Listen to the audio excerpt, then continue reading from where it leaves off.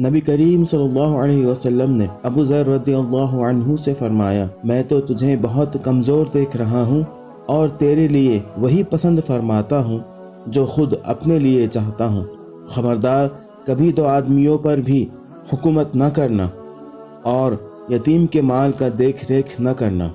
صحیح مسلم 1826۔ دوسری جگہ فرمایا، وعدہ پورا کرو، جو وعدے وعید جو لین دین ہو جائے اس کی پاسبانی کرو، اس کی بابت قیامت کے دن جواب دہی ہوگی۔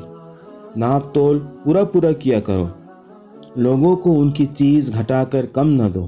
الحمدللہ رب العالمین والصلاة والسلام علی نبینا محمد خاتم الانبیاء وسید المرسلین وعلی آلہ وصحبہ اجمعین، اما بعد۔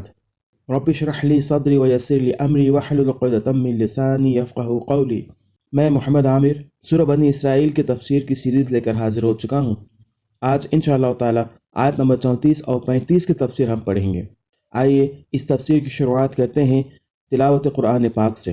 اعوذ باللہ من الشیطان الرجیم،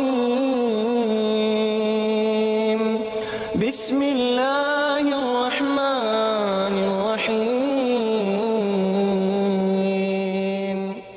ولا تقربوا مال اليتيم إلا بالتي هي أحسن حتى يبلغ أشده وأوفوا بالعهد إن العهد كان مسؤولا وأوفوا الكيل إذا كلتم وزنوا بالقسطاس المستقيم ذلك خير وأحسن تأويلا۔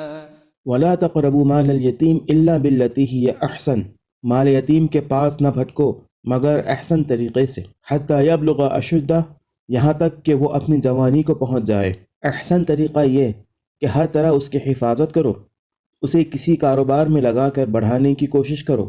جب وہ جوان ہو جائے تو اس کا مال اس کے سپرد کر دو یا اس سے اجازت لے کر کاروبار کرو۔ یہ بھی محض ایک اخلاقی ہدایت نہ تھی، بلکہ آگے چل کر جب اسلامی حکومت قائم ہوئی تو یتیموں کے حقوق کی حفاظت کے لیے انتظامی اور قانونی دونوں طرح کی تدابیر اختیار کی گئیں، جن کی تفصیل ہم کو حدیث اور فقہ کی کتابوں میں ملتی ہے۔ پھر اسی سے یہ وسیع اصول اخذ کیا گیا کہ اسلامی ریاست اپنے ان تمام شہریوں کے مفاد کی محافظ ہے جو اپنے مفاد کی خود حفاظت کرنے کے قابل نہ ہوں۔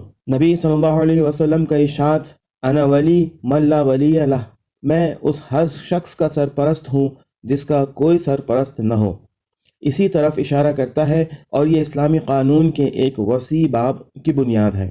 وَأَوْفُوا بِالْعَهْدِ إِنَّ الْعَهْدَ كَانَ مَسْئُولًا، عہد کی پابندی کرو، بے شک عہد کے بارے میں تم کو جواب دہی کرنی ہوگی۔ اس میں وہ عہد شامل ہے جو اللہ تعالیٰ سے یا بندوں سے کیا جائے، کیونکہ عہد کے متعلق سوال ہوگا، اور جو عہد و اقرار توڑے گا اسے سزا ملے گی۔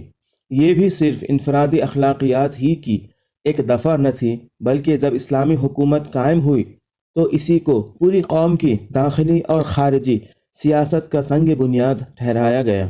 وَأَوْفُوا الْكَيْلَ إِذَا كِلْتُمْ وَزْنُوا بِالْقِسْطَاسِ الْمُسْتَقِيمِ، پیمانے سے دو تو پورا بھر کر دو، اور تولو تو ٹھیک ترازو سے تولو۔ یہ ہدایت بھی صرف افراد کے باہمی معاملات تک محدود نہ رہی، بلکہ اسلامی حکومت کے قیام کے بعد یہ حکومت کے فرائض میں داخل کی گئی کہ وہ منڈیوں اور بازاروں میں ناپ تول کی نگرانی کرے۔ پھر اسی سے یہ وسیع اصول اخذ کیا گیا کہ تجارت اور معاشی لین دین میں ہر قسم کی بے ایمانیوں اور حق تلفیوں کا سد باب کرنا حکومت کے فرائض میں سے ہے۔ ذالک خیر واحسن تأویلا، یہ اچھا طریقہ ہے اور انجام کے لحاظ سے بھی یہی بہتر ہے۔ انجام کے لحاظ سے بہتر یعنی دنیا میں بھی اور آخرت میں بھی، اس لیے کہ پورے ماپ اور تول کی وجہ سے سب لوگوں کا اس پر اعتماد قائم ہو جائے گا، اس کے کاروبار میں برکت اور ترقی ہوگی۔ رہی آخرت تو وہاں انجام کی بھلائی کا سارا دار و مدار ایمان پر اور خدا ترسی پر ہی ہے۔